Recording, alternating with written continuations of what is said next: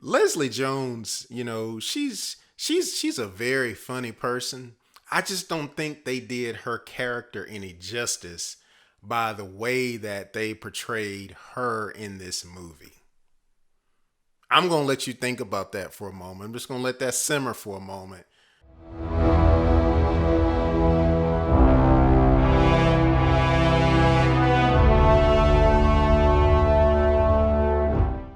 Welcome back to the channel and welcome back to Downtime with DeMille.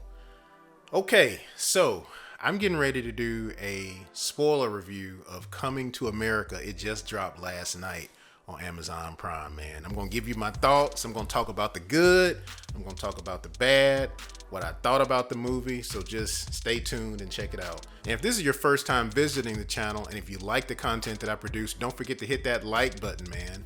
Likes really help out the channel in a big way. Also, hit that subscribe. And if you want to be notified every time I produce a new video, hit that notification bell. You'll get that notification every time a video goes live on the channel.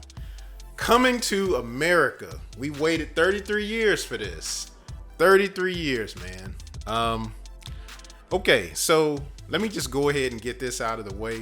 I'm going to freestyle this. I'm not going to edit this video as much as possible. So I'm just going to go at it, give you my thoughts. And so here we go. Here's the good. If you are a fan of Coming to America, the original, there is excellent fan service all throughout this movie. And what I mean by that is there's callbacks to just a lot of the funny stuff that you liked from the original movie, whether it be the barbershop, whether it be McDowell's, whether it be a lot of the funny jokes that was in the original, whatever you like, things like that. All of that is in this movie. All of that and more is in this movie. Lots of great fan service. They got the whole cast practically from the original Coming to America to show up in this movie, which I was really surprised at. There's only two people that did not show up in this movie. That was Lisa's ex-boyfriend. I forgot her name, but the guy with the Jerry curls. And Samuel L. Jackson. And I was hoping Samuel L. Jackson was going to be in this movie, but he was not in there. So, that was some of the good, right? You had good presentation. I mean, the visuals, everything. It was Zamunda. Everything's looking good. And then the story starts to unfold. And then, it's the story of Hakeem. He had, a one-night stand with someone, who's played by Leslie Jones' character in the movie. And this is where the movie starts to get kind of unbelievable, unrealistic, and, it starts to go a little downhill, But before I get into that, I just wanted to add as well, you also had a great cast with Wesley Snipes in here. Wesley Snipes, he did good. It was good seeing him in this movie.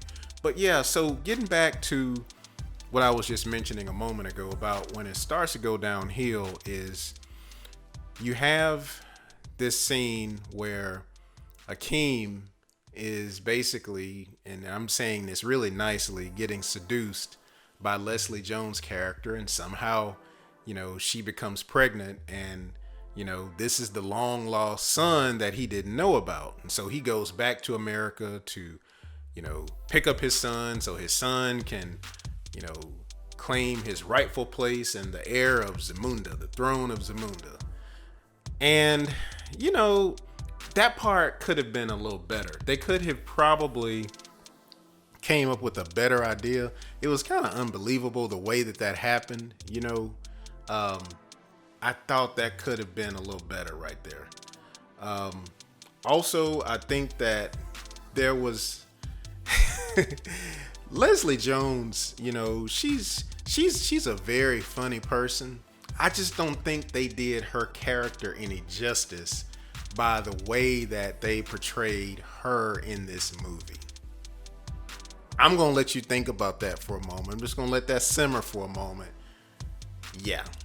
I think that there was a few parts in the movie, they could have probably didn't have to have as far as her character. And I'm just going to say in this scene I'm talking about is leading up to where she's seducing Hakeem, you know. I mean, it really wasn't that funny to me. That part really wasn't. I didn't really care for that part.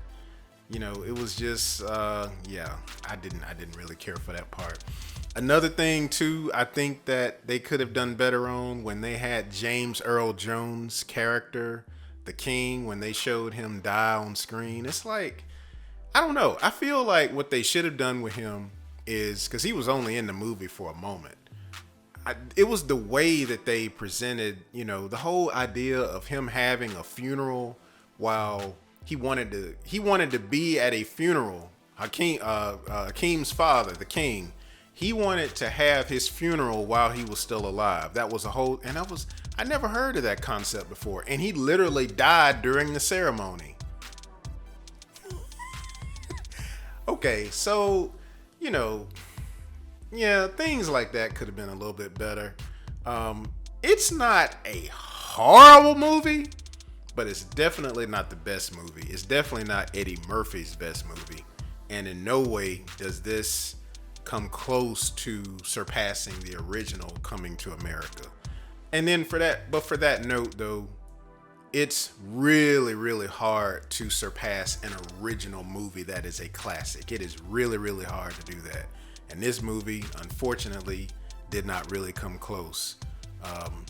You know, it had a few, you know, shining moments in there. You know, I did kind of like the scene where they show like him getting the whiskers off the lion. You know, I thought that was done. You know, that was kind of cool. And, you know, it was kind of like in the beginning, when they went to go and get Hakeem's son from Queens. You know, it kind of reminded you of that Fresh Prince of Bel-Air vibe where Will Smith comes from the hood, you know, and he's going into Bel-Air. It was kind of that vibe with his character at first, meaning Hakeem's long lost son coming to Zamunda and just seeing and being wowed by everything that he's, you know, inheriting. But it was just so much stuff from the original. It's almost like everything that you remember from the original Coming to America, it's almost like they just reused a lot of stuff here. They didn't really have a lot of original comedy here, a lot of original lines, and I think that's what probably hurt the movie. Now, that being said, I would not tell you to not go watch the movie. I do think that there are some funny moments in it, but I don't think if you're really, really expecting this to be as good as the original or better, you're going to be disappointed. That's my thoughts. That's my opinion on Coming to America. Leave your thoughts on what you think about this movie down in the comments below. Look, have an awesome day, man. I'm going to be working on WandaVision episode 9, the finale, a little bit later, so be on the lookout for that. If you can see this video, you're truly blessed, and as always, what are you gonna do in your downtime? Peace.